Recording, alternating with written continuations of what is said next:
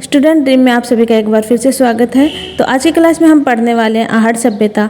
आहड़ सभ्यता में सबसे पहले हम पढ़ेंगे आहड़ की अवस्थिति क्या है।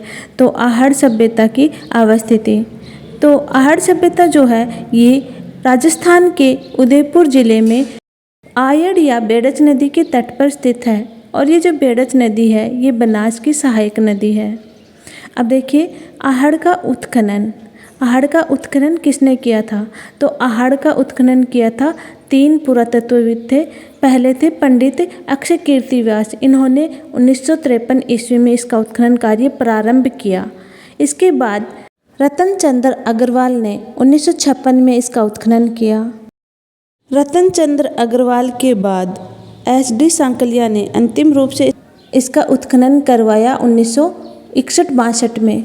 और ये जो SD सांकलिया, इनका पूरा नाम है हंसमुख धीरज सांकलिया, इन्होंने आहड़ का सर्वाधिक उत्खनन करवाया। अब देखिए आहड़ सभ्यता का कालक्रम। आहड़ सभ्यता का कालक्रम क्या है?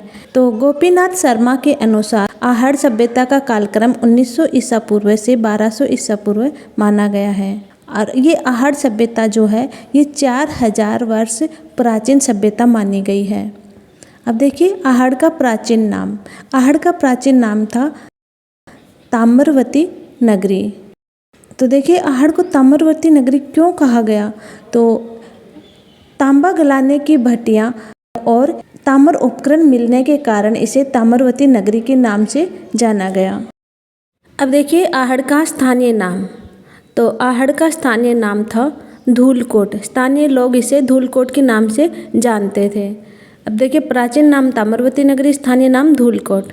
अब देखिए आहड़ के उपनाम, आहड़ के उपनाम क्या क्या थे? तो आहड़ को हम आघाटपुर, बनास संस्कृति, HD सांकलिया ने इसे बनास संस्कृति कहा है।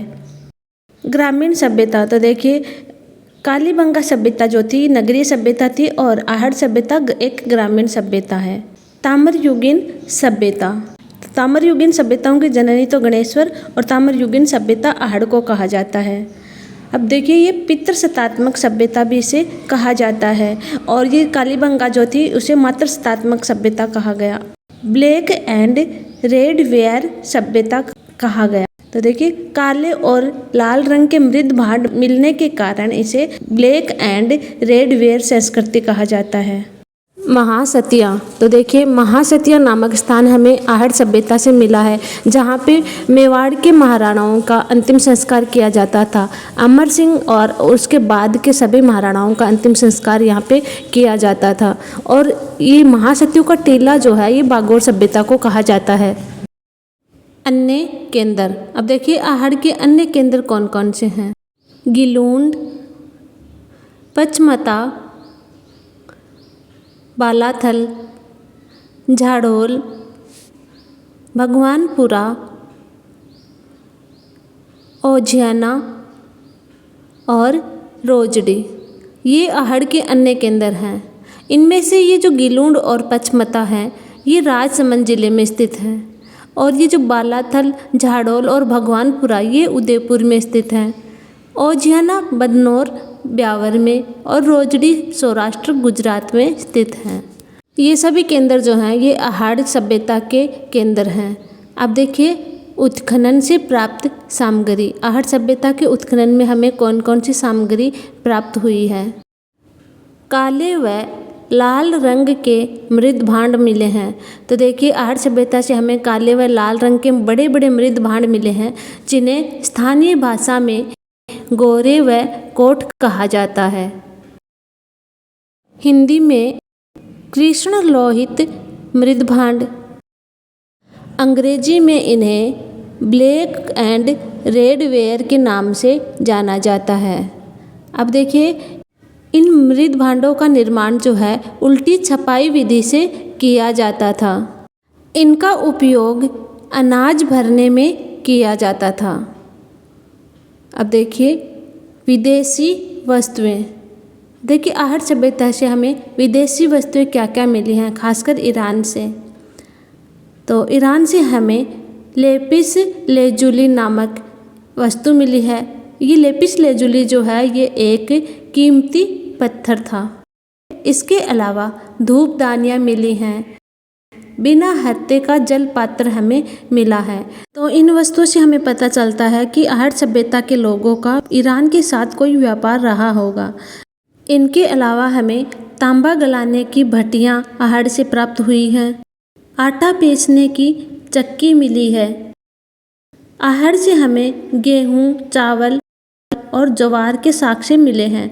तो अब देखिए, कालीबंगा से हमें गेहूं और जौ के साक्ष्य मिले थे, लेकिन आहड़ से हमें गेहूं, चावल और ज्वार के साक्ष्य मिले हैं। सिलबट्टा मिला है। 40 तांबे की खदानें मिली हैं। 6 मुद्राएं और 2 कुल्हाड़ियाँ मिली हैं।